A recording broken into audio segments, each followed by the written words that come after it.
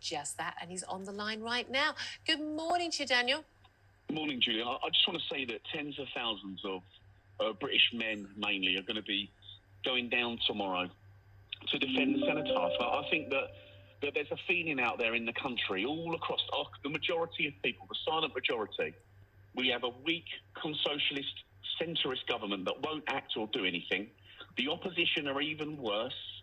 I think we've got a useless, weak police force as well. And we've got to a point where the ordinary man in the street, they call us all names, far right and hooligans. It's all rubbish. They're just ordinary blokes who have had enough.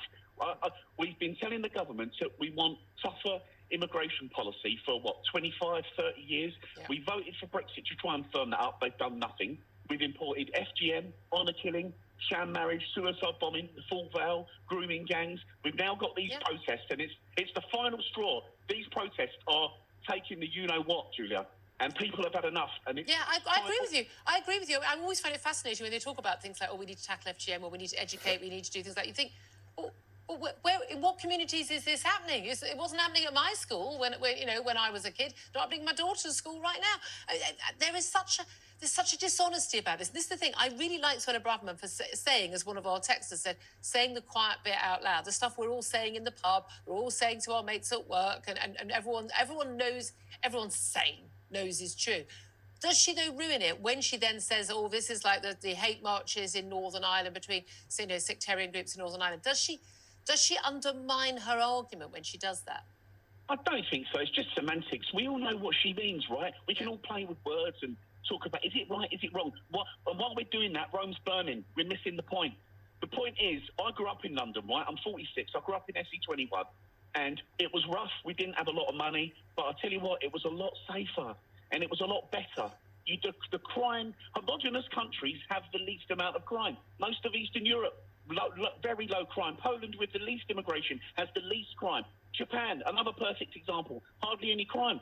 I've seen London change for the worse before my eyes, right? And I've been telling the government, we've all been telling the government for 30, 40 years, we need to stop immigration from the third world. It is ruining our country. And Saturday is emblematic of that. Now, some people might not like it, but the majority of people behind closed doors and in pubs are saying this.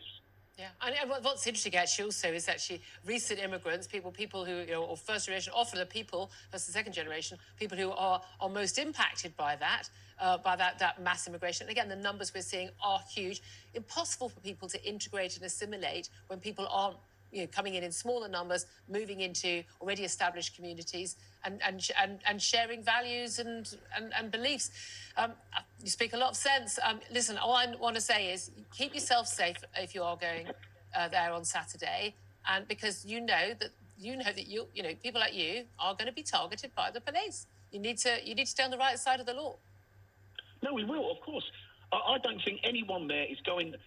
What it's about, it's a show of force to say, so someone in the government somewhere is going to look down and go, do you know what?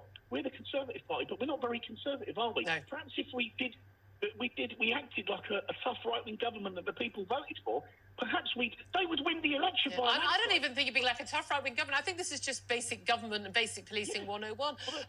Really, Daniel, I so appreciate your call. Thank you. I think there'll be a lot of people cheering you on right now at home.